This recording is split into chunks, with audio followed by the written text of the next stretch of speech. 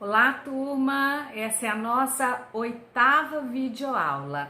Eu vou começar a nossa videoaula novamente colocando aqui alguns mini contos que foram produzidos por vocês.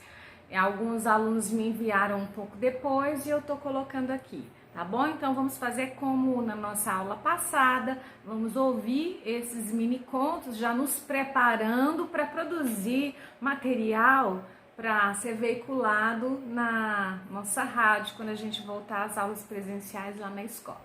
Então vamos lá. Essa é a sua rádio. Ligada em você. Bala perdida. Acorda, levanta, vai ganhar a vida. Disparos.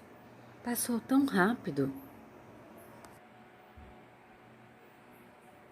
Eu estava deitada. Fui na geladeira pegar o pote de sorvete. Abri o pote. Não era sorvete, era feijão. Muito legal a produção de vocês. Antes da gente começar a ver o nosso novo conteúdo, eu gostaria apenas de corrigir aquele pequeno exercício sobre mini conto que ficou faltando. Estão lembrados que eu deixei para trás, comecei a trabalhar outro conteúdo, não estava esperando me entregarem as atividades, então faltou a gente corrigir aquela atividade. Então eu tinha passado para vocês, acho que foi na videoaula 5, aquele mini conto da Lenir Maria. Estava presa no universo literário. Ao ouvir o choro dos filhos, caiu na real. Então vocês viram que não em apenas ali uma linha, não chega a 2 linhas, ela conta uma história, uma pequena história. O que é uma história? Houve um fato, alguma coisa aconteceu. Percebi que alguns alunos tiveram dificuldade de perceber a diferença entre o que é uma reflexão, um pensamento sobre a vida e o que é um mini conto, que tem que ter uma ação, alguma coisa tem que ter acontecido para que a gente tenha um mini conto, que seja, por exemplo, o mini conto da Maria Isabel. Caminhei, fui até a janela, olhei a janela. Ali, pelo menos ali você tem uma pequena ação acontecendo, tá certo? O que vai caracterizar o conto, mesmo um mini conto, é ter uma ação. Então, as perguntas eram, de acordo com o texto acima, se tinha um exemplo de fato. Qual que é o objetivo dessa pergunta? A gente aprender a diferenciar nos textos fato de opinião. Nesse texto existe um fato. Qual que é o fato? Ela estava presa no universo literário. Isso é um fato, né, que foi colocado ali no texto. Aquilo é fato, tá no texto. Aí, agora, opinião e imaginação é outra coisa. Aí é a segunda questão. O que podemos imaginar sobre a personagem do texto acima, se ela não tivesse ouvido o choro dos filhos? O que nós poderíamos imaginar? Que ela continuaria presa. O que seria esse universo literário? Seria assim um mundo da imaginação, né? Então ela estava no mundo da imaginação, a gente pode imaginar que ela estava lendo, o que ela estava escrevendo. E aí é a nossa opinião, tá? Então, uma coisa é o fato, é o que está no texto, outra coisa é o que a gente imagina, o que a gente deduz a partir daquilo ali, ok? Depois, qual o significado teria a expressão caiu na real, apresentada no texto? Então, aí tem a expressão caiu na real, apresentada no texto, ela significa o quê? Que de repente ela se deu conta da realidade que estava em volta dela, né? Ela estava antes no mundo da imaginação, de repente, acordou e se deu conta que, né, os filhos dela estavam lá chorando. Então, é isso que a gente tem nesse mini conto. Aí eu tinha pedido para vocês pesquisarem, né, alguns mini contos na internet, vocês fizeram as pesquisas e produziram os de vocês. Bom, então foi isso. Então, olha, só recapitulando, nós já estudamos então, lembra? Nós estudamos a reportagem de áudio, nós estudamos o conto, o mini conto e agora nós ainda estamos estudando a notícia, né? Eu digo que estamos estudando porque tem gente que ainda está mandando aquelas notícias pra gente fazer o nosso programa de rádio, nosso programa humorístico. Será como é que vai ficar esse programa? Bom, mas aí nós vamos continuar com o nosso conteúdo. Antes de passar para ele, eu só queria fazer uma observação.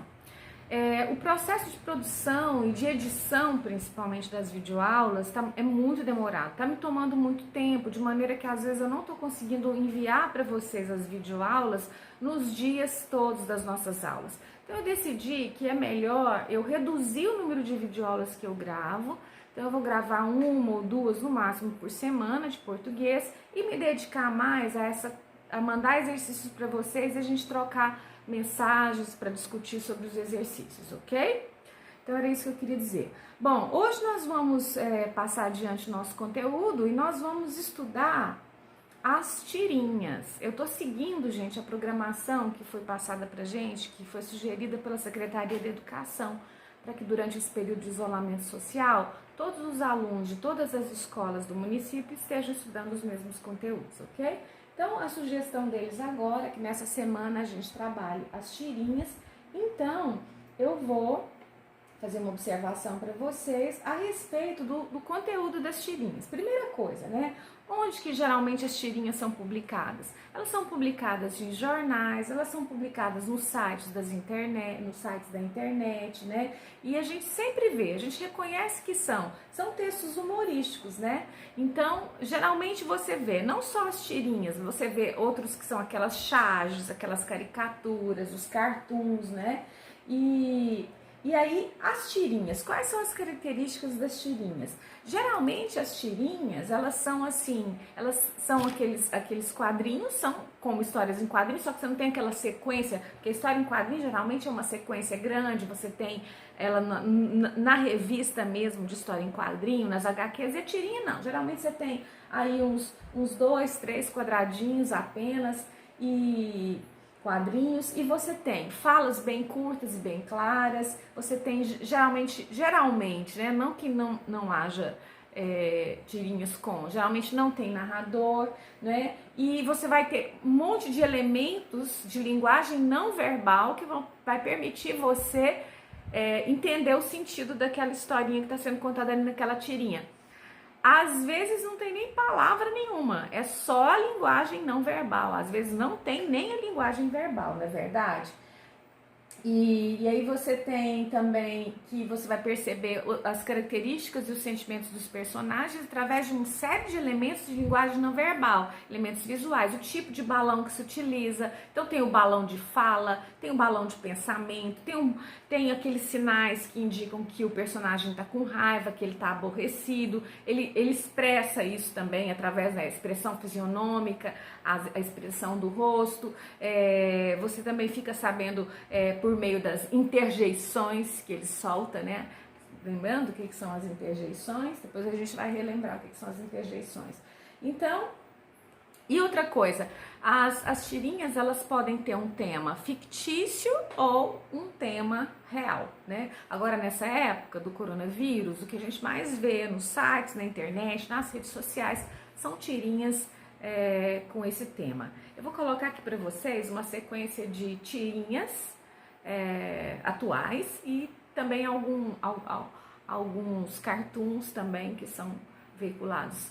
E depois a gente até faz a diferenciação entre os cartoons, entre as tirinhas e esses outros textos que utilizam muito a linguagem não verbal, ok? Vamos olhar um pouquinho.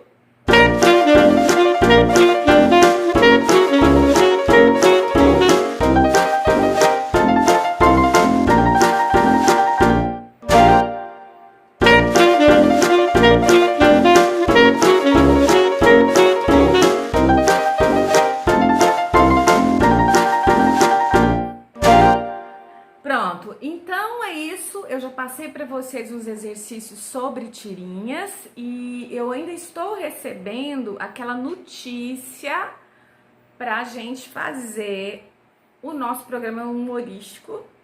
Aí vai ser na nossa próxima videoaula, eu vou colocar ele editado lá inteirinho, de repente eu mando ele pro WhatsApp, que vai ser aquele programa só com notícias que vocês criaram, que são acontecimentos corriqueiros aí da casa de vocês. Eu vejo que teve gente que está com dificuldade, mas já saiu muita coisa legal, tá bom? Então eu aguardo as tarefas de vocês, estudem, foco, fiquem em casa. Até a próxima aula.